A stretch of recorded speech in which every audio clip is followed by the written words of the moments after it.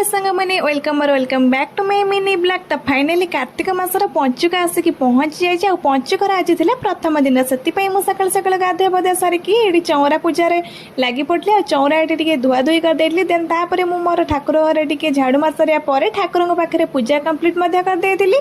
आ ठाकुर को पूजा कर सारापर मु मोर ये सब मुरुज जोगाड़ करी। आज सब मुरुज पड़ो चौरा पाखे। तो ये फाइनाली मुझे मोर पहुँची जाइली चौरा पाखे। मो मुरुज कम्प्लीट होगा जेहेतु आज प्रथम दिन था मुझे प्रभु जगन्नाथ को ही आंकी आ भर आम नना आसिक पहुँची जाते पूजा करने की।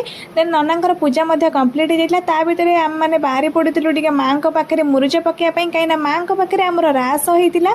आ प्रतिवर्ष आम सब झील मैंने मिसिक ही रास पाखे मुरुज पकई था। आमर ये देखिपे समस्ते आसी मुरुज पकईले। आ डेरी नक मोर मुरुज पकारे रेडी होता। देन देखिपे ये केते सुंदर सुंदर मुरुज पकई रास बहुत सुंदर से सजा होता। रात में बहुत सुंदर लाइट लगी। देन तापर ये आमर सब मुरुज कम्प्लीट होता। मुरुज पकई सारापर आम मैंने पलि आसलु घर को। आज जेहेतु पंचुक समस्ते आज अरुआ ही खाइबे आम घर आज खेचेड़ी होता। मुझे मोर खेचेड़ी खाई सारापर आज बहुत ही इच्छा होता है मेहंदी करने। देन ये मुझे बसी पड़ी टे मेहंदी करने। मेहंदी मोर ओभराली सुखीगला। जेहेतु आज मामाली घर पिंड था सी आमको आज निमंत्रण करते। आम मैंने ये समस्ते बाहरी पड़चु देखिपे मेहंदी मोर केते सुंदर से पाची जाइए।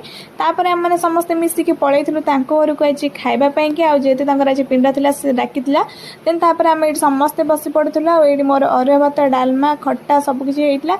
आपण मैंने जानी थे मोर अरुआ भात Dalma more all time favourite. Then तापर ये समस्ते मिसिक बहुत खट्टी करके आम मैंने बहुत ही एंजॉय करके खाइलु। ये गायत्री तार लुण दौर खाई सारापर आपण मानक जब आज भिडियो भल लगी तो निहाती लाइक शेयर एंड सब्सक्राइब करेंगे। पुणी देखा नेक्स्ट वीडियो आज रोचे टाटा बाय।